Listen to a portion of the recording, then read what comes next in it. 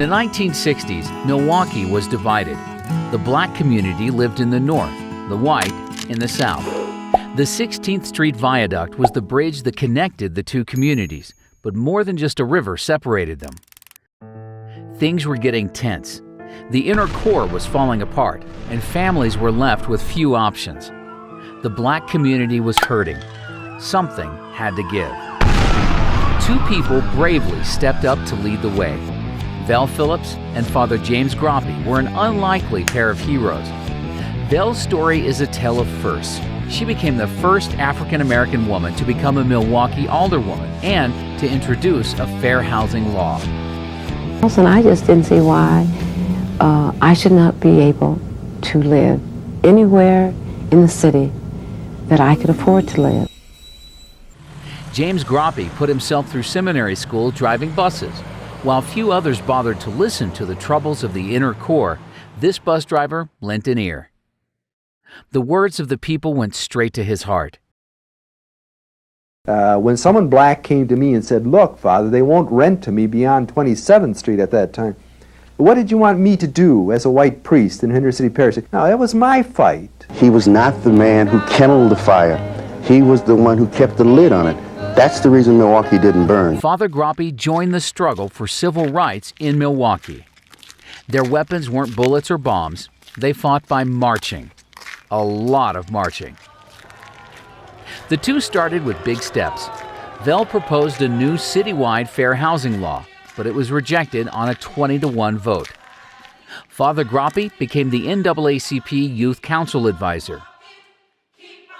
The group picketed white-only establishments, held prayer vigils, and sang Christmas carols to those who didn't think they'd make good neighbors. In the summer of '67, cities all over the country, including Milwaukee, had violent riots.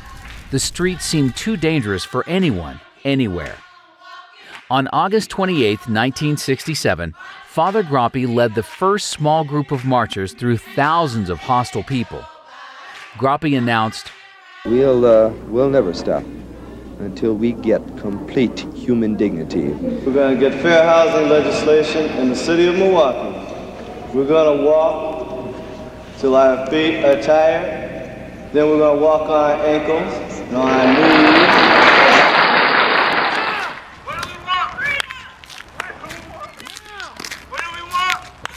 For 200 days, they marched through angry crowds, tear gas, and violent outbreaks. The marchers' dedication to their cause was stronger than all of these. Martin Luther King Jr. sent a telegram to Father Groppi. "You are demonstrating that it is possible to be militant and powerful without destroying life or property. Please know that you have my support and prayers." In 1968, Martin Luther King Jr.'s assassination brought together blacks and whites. It was time. In Washington, D.C., President Lyndon Johnson signed a national fair housing law so that people could live where they want to live. After that, the city of Milwaukee passed Vel Phillips' fair housing law, too.